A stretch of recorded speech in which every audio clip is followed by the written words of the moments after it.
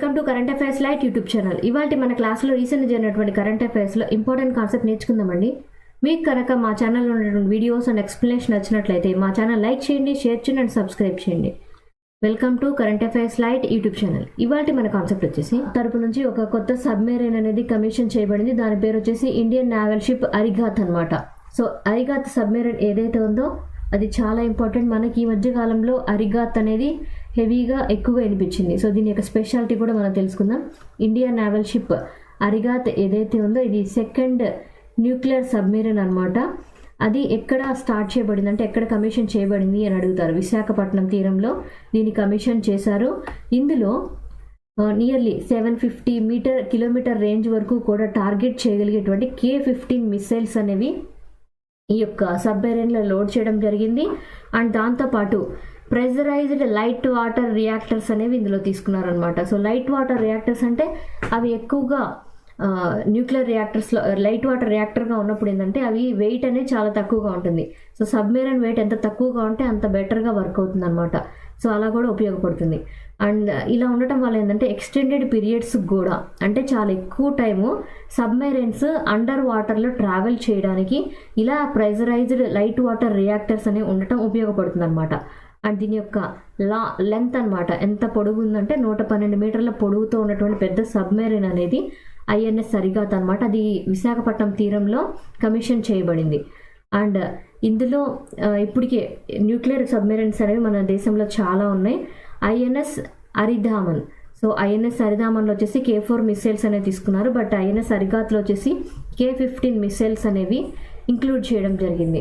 So దీని ద్వారా ఏంటంటే మనకి ఎప్పటికప్పుడు కూడా కొత్తగా వచ్చేటువంటి సబ్మెరైన్స్లో కొత్త టెక్నాలజీ అండ్ అడ్వాన్స్డ్ టెక్నాలజీ తోటి మన నేవీ సిస్టమ్ని బెటర్గా మార్చుకుంటూ వస్తున్నాం. సో INS అరిగాత్ని ఏ తీరంలో లాంచ్ చేశారంటే విశాఖపట్నం. సో RBI వాళ్ళు ఫేస్ రికగ్నైజ్ చేసేటువంటి ఒక సెల్ఫ్ రెగ్యులేటరీ బాడీ అనేది తీసుకొని రావడం జరిగింది. ఈ ఫేస్ ఏదైతే ఉందో అదేంటంటే ఫిన్టెక్ అసోసియేషన్ అనమాట. సో ఫిన్టెక్ సెక్టార్ అంటే ఏంటి, ఫిన్టెక్ సర్వీస్ అంటే ఏంటో కూడా మనం తెలుసుకోవాలి. సో ఫిన్టెక్ సెక్టార్ ఏం లేదు, ఫైనాన్షియల్ అసిస్టెన్స్ తీసుకునే విషయంలో మన టెక్నాలజీని ఏవైతే మన ల్యాప్టాప్స్, కంప్యూటర్స్, ఏదైతే సాఫ్ట్వేర్స్, ఏవైతే టూల్స్ వాడుతూ ఉంటామో సాఫ్ట్వేర్ టూల్స్ ఇవన్నీ కూడా ఫిన్టెక్ సెక్టార్ కిందకే వస్తాయి అనమాట.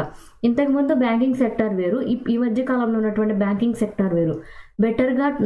బెటర్ టెక్నాలజీని వాడుతున్నారు, బెటర్ అప్రోచ్ తీసుకొని వస్తున్నారు బ్యాంకింగ్స్ పరంగా. ఇలా మనం ఫిన్టెక్ సెక్టార్ అన్నప్పుడు ఫైనాన్షియల్ అసిస్టెన్స్లో మనం ఏవైతే టెక్నాలజీని, వస్తువుల్ని లేదా కొత్త డివైజెస్ని వాడుతుంటామో అవన్నీ కూడా ఫిన్టెక్ సెక్టార్ అనమాట.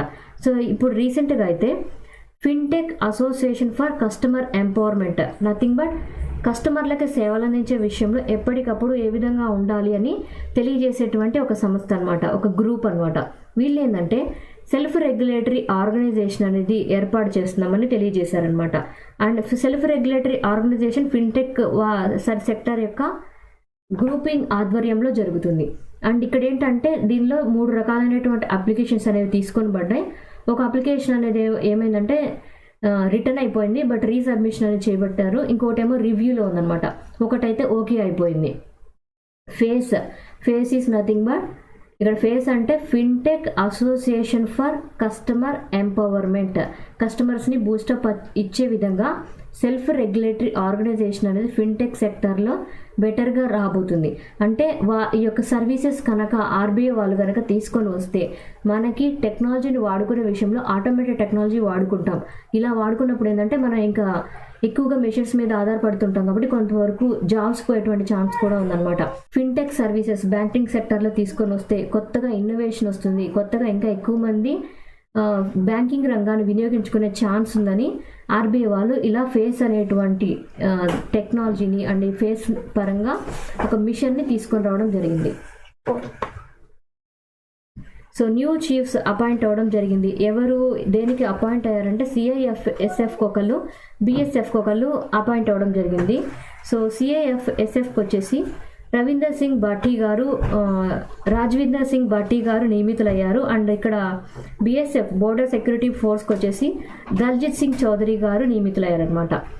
అండ్ ఇక్కడ CISF చీఫ్ రాజ్విందర్ సింగ్ భట్టి గారు 1990 బ్యాచ్కి చెందినటువంటి IPS ఆఫీసర్ అనమాట. ఆయన ఇంతవరకు వేరే వర్క్లో చేశారు, ఐపీఎస్ ఆఫీసర్గా ఉన్నారు బీహార్ క్యాడర్లో. బట్ ఆయన ఇప్పుడు డైరెక్టర్ జనరల్ ఆఫ్ సిఐఎస్ఎఫ్గా నియమితులు అవ్వడం జరిగింది. సిఐఎస్ఎఫ్ చీఫ్ ఇప్పుడు ఎవరు అంటే రాజ్వీందర్ సింగ్ భట్టి గారిని నియమించడం జరిగింది. ఆయన నెక్స్ట్ ఇయర్ సెప్టెంబర్ వరకు కూడా ఈ పదవిలోనే ఉంటారు. And next border security force చీఫ్గా ఎవరు నియమించబడ్డారంటే దల్జిత్ సింగ్ చౌదరి గారు అనమాట. ఈయన కూడా 1990కి చెందినటువంటి యూపీ క్యాడర్కి చెందినటువంటి ఐపీఎస్ ఆఫీసర్. ఈయన కూడా బీఎస్ఎఫ్కి హెడ్గా నవంబర్ 30, 2025 వరకు కూడా సేవలు అందిస్తారు అనమాట. సో ప్రీవియస్ రోల్స్ ఇంతకుముందు వీళ్ళు చేసినటువంటి వర్క్స్, సో చౌదరి గారు వచ్చేసి దల్జిత్ సింగ్ చౌదరి గారు వచ్చేసి సహస్ర సీమా బల్ అనమాట. ఇది ఒక వింగ్, మన ఆర్మీలో ఉన్నటువంటి ఒక టీం అనమాట. దీనికి ఆయన హెడ్గా వ్యవహరించారు. అండ్ రాజ్వీందర్ సింగ్ భట్టి గారు అనమాట, ఈయనేమో బీహార్ పోలీస్గా డైరెక్టర్ జనరల్గా వర్క్ చేశారు. ఆయన తీసుకొచ్చి సిఐఎస్ఎఫ్ టీంకి హెడ్గా వేయడం జరిగింది. అండ్ చౌదరి గారిని వచ్చేసి బీఎస్ఎఫ్కి హెడ్గా తీసుకున్నారు. యూనియన్ క్యాబినెట్ వాళ్ళు విజ్ఞాన్ ధార అనేటువంటి స్కీమ్ని తీసుకొని రావడం జరిగింది. విజ్ఞాన్ ధార స్కీమ్ అని మనకు అర్థమైపోతుంది. ఎందుకోసం విజ్ఞాన్ ద్వారా అనేది కేంద్ర ప్రభుత్వం స్టార్ట్ చేసిందంటే సైన్స్ అండ్ టెక్నాలజీ రంగాన్ని బెటర్గా మార్చడానికి, ఇంకా దాన్ని అభివృద్ధిలోకి తీసుకొని వెళ్ళడానికి విజ్ఞాన్ ధార అనేటువంటి స్కీమ్ని తీసుకొని వచ్చారు. ఈ స్కీమ్ యొక్క ఇంపార్టెన్స్ ఏంటో చూద్దాం. అండ్ ఇక్కడ యూనియన్ క్యాబినెట్ నథింగ్ బట్ కేంద్ర ప్రభుత్వం వాళ్ళు మన నరేంద్ర మోడీ గారి యొక్క ఆధ్వర్యంలో ఈ యొక్క కొత్త ప్రాజెక్ట్ నథింగ్ బట్ విజ్ఞాన్ ధార స్కీమ్ అనేది ఆగస్టు 27, 2024 నుంచి అందరికీ అందుబాటులోకి వస్తుందని తెలియజేశారన్నమాట. దీనికోసం మన బడ్జెట్లో ఎంత కేటాయించారంటే 2021-26 టైంలో 10,578.84 కోట్ల రూపాయలు అనేవి దీనికోసం కేటాయించడం జరిగింది. అండ్ ఈ యొక్క విజ్ఞాన్ ధార స్కీమ్ ఏదైతే ఉందో దానిలో ఏంటంటే ఎక్కువగా ఇండియన్ సైన్స్ రంగంలో అండ్ టెక్నాలజీ రంగంలో, ఇన్నోవేషన్ రంగంలో ఏవైతే అవసరమో వాటి పరంగా అవసరమైనటువంటి నాలెడ్జ్ని పెంచడం అండ్ ప్రాజెక్టుల పరంగా అంటే పరిశీలనాత్మక విషయాలను నేర్చుకునే విధంగా ఎలా అయితే అవసరమో అలా మారుస్తారనమాట. అంటే టీచింగ్ ఫీల్డ్లో మారుస్తారు, పరిశోధనలు చేసుకునే ఫీల్డ్లో కూడా ఎక్కువగా విప్లవాత్మకమైన మార్పులు, పరిశోధనలకి ఎక్కువగా అవకాశం కల్పించడం అనేది ఈ విజ్ఞాన ధార ప్రాజెక్ట్ నథింగ్ బట్ స్కీమ్ యొక్క ముఖ్య ఉద్దేశం అనమాట. దీన్ని ఎందుకోసం పెట్టారంటే 2047లో మనం అనుకుంటుంది ఏంటంటే 2047 కల్లా కూడా పూర్తిగా ఇండియా అనేది డెవలప్డ్ నేషన్గా ఉండాలి. సో అలా ఉండాలి అంటే మనం సైన్స్ అండ్ టెక్నాలజీ రంగంలో బెటర్గా మారడమే దీనికి ఒక్క అంశం అనమాట. అలా బెటర్గా మారడం కోసమే కేంద్ర ప్రభుత్వం తీసుకొచ్చినటువంటి స్కీమ్ ఏంటి అంటే విజ్ఞాన ధార స్కీమ్. సో విజ్ఞాన ధార స్కీమ్ వచ్చేసి సైన్స్, టెక్నాలజీ అండ్ ఇన్నోవేషన్ ఈ 3 రంగాలని అభివృద్ధి పొందించడమే ఈ విజ్ఞాన ధార స్కీమ్ యొక్క ముఖ్య ఉద్దేశం. 8 రైల్వే స్టేషన్స్ అనమాట, లక్నోలో ఉన్నటువంటి 8 రైల్వే స్టేషన్స్ యొక్క పేరు మార్పు అనేది చేయడం జరిగింది. ఉత్తరప్రదేశ్ రాష్ట్రంలో ఉన్నటువంటి ఏవి పేరు అనేది మార్చారు అంటే నార్థన్ రైల్వేస్ యొక్క ఆధ్వర్యంలో పేరు మార్పు అనేది చేయడం జరిగింది. ఏవేవి మార్చారు? కాసింపూర్ హాల్ట్కేమో జియా సిటీ అని మార్చారు, జియాస్కేమో గురు గోరఖ్నాథ్ ధామ్ అని పేరు మార్చడం జరిగింది. మిస్రౌలి ప్రాంతానికేమో మా ఖాళీ ఖాన్ ధామ్ అని పేరు మార్చారు. బానీకి స్వామి పరమహంస స్టేషన్ అనేది రైల్వే స్టేషన్ అనేది పేరు మార్చడం జరిగింది. నిహాల్గర్కి మహారాజా బిజిలీ పాసి అని పేరు మార్చడం జరిగింది. అక్బర్గంజ్కి రైల్వే స్టేషన్కి మా అహోర్వా భవానీ ధామ్ అని పేరు మార్చాడు. వాజర్గంజ్ హాల్ట్ వచ్చేసి అమర్ షాహిద్ బాలే సుల్తాన్ రైల్వే స్టేషన్గా పేరు మార్పు. దాంతోపాటు ఫుర్సత్గంజ్ అనమాట. సో ఫుర్సత్గంజ్ కూడా పెద్ద స్టేషన్, దానికి కూడా తాపేశ్వరనాథ్ డామ్ అనేటువంటి పేరు మార్పు అనేది ఈ మధ్య కాలంలో చేయడం జరిగింది.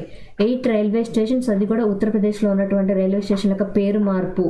8 రైల్వే స్టేషన్ ఏది మార్చారు అని కూడా మనకి ఎగ్జామ్లో అడిగేటువంటి ఛాన్స్ ఉంది. మ్యాచ్ ద ఫాలోయింగ్లోనైనా కరెక్ట్ ఆప్షన్స్గా అయినా ఇలా అడిగేటువంటి ఛాన్స్ ఉందన్నమాట. జోసెఫ్ బ్రీరా. సో జోసెఫ్ బ్రీరా అనేటువంటి వ్యక్తి ఇంపార్టెన్స్ ఎందుకంటే ఈయన పాకిస్తాన్కి చెందినటువంటి క్రిస్టియన్ అనమాట. బట్ ఆయనకి గోవా రాష్ట్రం యొక్క పౌరుడిగా ఇవ్వటం జరిగింది. సో జోసెఫ్ బ్రీరా ఎవరైతే ఉన్నారో ఆయన గోవా రాష్ట్రంలో ఇండియన్ సిటిజన్షిప్ తీసుకున్నటువంటి మొట్టమొదటి వ్యక్తి అనమాట, క్రిస్టియన్. అండ్ ఇక్కడ ఇంపార్టెంట్ ఏంటంటే ఈయన పాకిస్తానీ క్రిస్టియన్ అనమాట. ఈయన పాకిస్తానీ క్రిస్టియన్, బట్ ఆయన గోవాలోకి వచ్చి స్థిరపడ్డారు ఈ మధ్యకాలంలో. అందువల్ల ఆయనకి సిటిజన్షిప్ యాక్ట్ 2019 కింద ఆయనకి మన దేశం యొక్క పౌరసత్వం అనేది ఇవ్వడం జరిగింది. సో జనరల్గా అయితే ఆయన ఈ దేశానికి చెందినటువంటి వ్యక్తి, ఇక్కడే పుట్టారు. కానీ ఇక్కడ Goa liberation, nothing but Goa అనేది ఏర్పడింది. సో గోవా ఏర్పడిన తర్వాత ఆయన లేరు. గోవా ఏర్పడినప్పుడు ఆయన ఆ రాష్ట్రంలో లేరనమాట. గోవా ఏర్పడడానికి ముందే గోవా నుంచి వెళ్ళిపోయి ఉద్యోగరీత్యా పాకిస్తాన్లో స్థిరపడ్డారు. అక్కడే పాకిస్తాన్లో ఉన్నారు, అక్కడే ఉద్యోగం చేసుకున్నారు, అక్కడే పిల్లల్ని కన్నారు, అక్కడే ఉన్నారనమాట. ఆయన రిటైర్డ్ అయిన తర్వాత ఉండటానికి మళ్ళీ తిరిగి గోవా రావడం జరిగింది. సో గోవా వచ్చారు. గోవాకి లిబరేషన్ అంటే నథింగ్ బట్ ఆ గోవాకి ఎప్పుడు స్వాతంత్రంగా అంటే రాష్ట్రంగా ఏర్పడింది 1961లో ఏర్పడింది. 1961 డిసెంబర్ 19న గోవా రాష్ట్ర దినోత్సవం అనమాట, అవతరణ దినోత్సవం. కానీ ఈ టైంలో ఆయన ఎక్కడున్నారంటే పాకిస్తాన్లో ఉన్నారు. ఈ మధ్యకాలంలో ఆయన 2013లో రిటైర్డ్ అయిన తర్వాత మళ్ళీ గోవా వచ్చి స్థిరపడ్డారు. అప్పటి నుంచి గోవాలోనే ఉంటున్నారు అనమాట. ఆయన పాకిస్తాన్ క్రిస్టియన్ అయినప్పటికీ పుట్టింది గోవా ప్రాంతంలోనే. తిరిగి ఆయన రిటర్న్ అయ్యి ఇక్కడే ఉంటున్నారు. పాకిస్తాన్ అని ఇంక వదిలిపెట్టేసినట్టే. కాబట్టి ఆయనకి గోవా రాష్ట్ర ప్రభుత్వం ఆ రాష్ట్రం యొక్క అంటే మన దేశం యొక్క పౌరసభ్యత్వం అనేది కల్పించింది. ప్రస్తుతం గోవా యొక్క చీఫ్ మినిస్టర్గా ఎవరున్నారంటే ప్రమోద్ సావంత్ గారు గోవా యొక్క చీఫ్ మినిస్టర్గా ఉన్నారు. మోహన్ లాల్ గారికి ఈ మధ్య రిజైన్ చేయడం జరిగింది. ఈయన విషయంలో పెద్ద గొడవ జరుగుతుందన్నమాట. అంటే ఆయన ప్రాబ్లం చేశారని కాదు, అక్కడ అమ్మ స్కీమ్ నథింగ్ బట్ ఆ రాష్ట్రంలో ఉన్నటువంటి ఏదైతే మూవీ అసోసియేషన్ ఉందో ఆ అసోసియేషన్లో వచ్చినటువంటి గొడవలని తట్టుకోలేక అంటే ఆ గొడవలకి బాధ్యత వహిస్తూ ఆ యొక్క సిచ్యువేషన్లో ఉండడం ఇష్టం లేక మోహన్ లాల్ గారు రిజైన్ చేయడం జరిగింది అనమాట. ఎందుకంటే ఇక్కడ ఎవరైతే మహిళలు ఉన్నారో వాళ్ళ మీద హెరాస్మెంట్లు చాలా జరిగాయి, మీటు ఉద్యమాలు లాంటివి, అక్కడ చాలా వేధింపులు కారణాలు అయ్యాయని ఒక కమిటీ అనేది వేయడం జరిగింది. సో ఆ కమిటీ అనేది వర్క్ చేస్తుంది. బట్ కమిటీ చేస్తున్నటువంటి విషయాలు లేదా ఏవైతే కంప్లైంట్స్ వెళ్తూ ఉన్నాయో ఆ కమిటీకి, వాటి మీద పెద్ద పెద్ద హీరోల మీద అక్కడ ఎవరైతే ఆ ఇండస్ట్రీలో ఉన్నారో వాళ్ళందరి మీద చాలా మంది మీద కంప్లైంట్లు వస్తుంది అనమాట. సో ఇక్కడ ఎవరైతే అధ్యక్షులుగా ఉన్నారో అమ్మ టీంకి ప్రెసిడెంట్గా వాళ్ళు ఆ కంప్లైంట్స్ ఎవరి మీద వచ్చాయో వాళ్ళని తొలగించాలన్నమాట. కానీ అలా చేస్తే ఆయనకి అది ప్రాబ్లం కాబట్టి ఆయన పదవి నుంచి తప్పుకోవడం జరిగింది. అండ్ అసలు ఇక్కడ ఏం జరిగిందంటే ఈ యొక్క అసోసియేషన్లో ఏం జరిగిందంటే ఈ మధ్యకాలంలో ఆయన అయితే రిజైన్ చేశారు. కమిటీ కూడా రిజాల్వ్ అయిపోయింది. అంటే ఆయన అధ్యక్షతన ఉన్నటువంటి కమిటీ ఏదైతే ఉందో అది రిజాల్వ్ అయిపోయింది. ఎందుకంటే ఇక్కడ ఒక కమిటీ ఏర్పాటు చేయడం జరిగింది, జస్టిస్ హేమా కమిటీ అనమాట. సో ఇదేంటంటే అక్కడ మలయాళం ఇండస్ట్రీలో ఏవైతే హారాస్మెంట్లు జరుగుతున్నాయో మహిళల మీద అవన్నీ కూడా కంప్లైంట్లుగా వెళ్ళాయి. సో ఆ కంప్లైంట్లకి జస్టిఫికేషన్ ఏదైతే జరుగుతుంది కంప్లైంట్లు అన్నప్పుడు వాళ్ళ మీద ఏదో ఒక యాక్షన్ తీసుకోవాలి అమ్మ ప్రెసిడెంట్గా. అలా తీసుకోవడము కష్టం కాబట్టి ఆయన పదవి నుంచి తప్పుకున్నారనమాట. సో కేరళ గవర్నమెంట్ వాళ్ళైతే ఈ యొక్క కమిటీ ఆధ్వర్యంలో జరుగుతున్నటువంటి రిపోర్ట్ ఆధారంగా ఇన్వెస్టిగేట్ చేయాలి, అక్కడ ఏం జరుగుతుంది అంటే ఆయన తమిళ ఇండస్ట్రీ యొక్క మలయాళ ఇండస్ట్రీలో ఏమైనా ప్రాబ్లమ్స్ ఉన్నాయా, నిజంగా జరిగాయా లేదా, వాళ్ళ మీద కంప్లైంట్స్ తీసుకొని వాళ్ళని అరెస్ట్ చేయడమో లేదా వాళ్ళ నుంచి ఏదో ఒక వివరణ కోరడం అనేది ఖచ్చితంగా జరుగుతుంది అనమాట. Bharat Biotech. So Bharat Biotech వాళ్ళు కలరా వ్యాక్సిన్, అది కూడా ఓరల్ కలరా వ్యాక్సిన్ అనేది సక్సెస్ఫుల్ ట్రయల్స్ తర్వాత అందరికీ అందుబాటులోకి వస్తుందని తెలియజేశారనమాట. అండ్ ఇది ఈ యొక్క టెస్టింగ్ ఏదైతే ఉందో phase 3 ట్రయల్స్ కూడా సక్సెస్ఫుల్గా జరిగాయి అని వాళ్ళు తెలియజేయడం జరిగింది. ఎవరి ఆధ్వర్యంలో ఈ యొక్క కలరా వ్యాక్సిన్కి సంబంధించినటువంటి ట్రయల్స్ జరుగుతున్నాయంటే Bharat Biotech. So Bharat Biotech వాళ్ళు ఈ యొక్క కలరా వ్యాక్సిన్కి సంబంధించినటువంటి ఓరల్ కలరా వ్యాక్సిన్స్ అనేవి తయారు చేస్తున్నారనమాట. ఈ యొక్క వ్యాక్సిన్ పేరు హిల్చోల్ అనమాట. కలరా వ్యాక్సిన్కి హిల్చోల్ అనేటువంటి నేమ్ అనేది వాళ్ళు ఇవ్వడం జరిగింది. అండ్ ఇక్కడ దీనికి సంబంధించినటువంటి లైసెన్స్ ఏదైతే ఉందో అంటే ఈ కలరా వ్యాక్సిన్కి సంబంధించినటువంటి లైసెన్స్ ఏదైతే ఉందో సింగపూర్ బేస్డ్ హైల్మెన్ ల్యాబొరేటరీస్ తరపు నుంచి తీసుకున్నది కాబట్టి దాని పేరు హిల్చోల్ అనేది తీసుకుని రావడం జరిగింది. ఇది నియర్లీ ఇప్పటికే 40 మిలియన్ డోసెస్ అనేవి అవసరపడతాయని భావిస్తున్నారు. అంటే సంవత్సరానికి కనీసం 40 మిలియన్ డోసెస్ అనేవి అవసరపడచ్చు అని భావిస్తున్నారు అనమాట. కానీ ఇది phase 3 ట్రయల్స్ కూడా కంప్లీట్ అయిపోయాయి కాబట్టి ప్రొడక్షన్ కెపాసిటీ అనేది నియర్లీ 200 మిలియన్ డోసెస్ వరకు కూడా భారత్ బయోటెక్ వాళ్ళు ఉండే విధంగా మారుస్తున్నారు అనమాట. అండ్ అది కూడా వ్యాక్సిన్స్ ఏంటంటే ఇండివిజువల్గా ఎబోవ్ ఏజ్ టార్గెట్స్ నార్మల్గా ఏజ్ అనేది మన అడల్ట్స్కి తీసుకుంటాం కదా, అలా అన్ని రకాల ఏజెస్ మీద టెస్ట్ చేస్తున్నప్పుడు అందరికీ కూడా వర్క్ అవుతుందని ఈ యొక్క రిపోర్ట్లో తెలిసిందనమాట.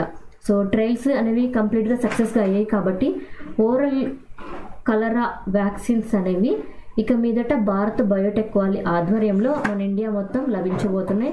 చాలా చోట్ల కూడా ఇక మీదట కలరా వ్యాక్సిన్స్ కూడా రాబోతున్నాయి అనమాట. Thank you for watching my video. మీకు కనుక నా వీడియో ఎక్స్ప్లెనేషన్ నచ్చినట్లయితే నా వీడియోస్ లైక్ చేయండి, షేర్ చేయండి అండ్ సబ్స్క్రైబ్ చేయండి. మీకు నా వీడియోస్ ఏ విధంగా అనిపిస్తున్నాయో నా కామెంట్ సెక్షన్లో తెలియజేయండి. Thank you for watching my video.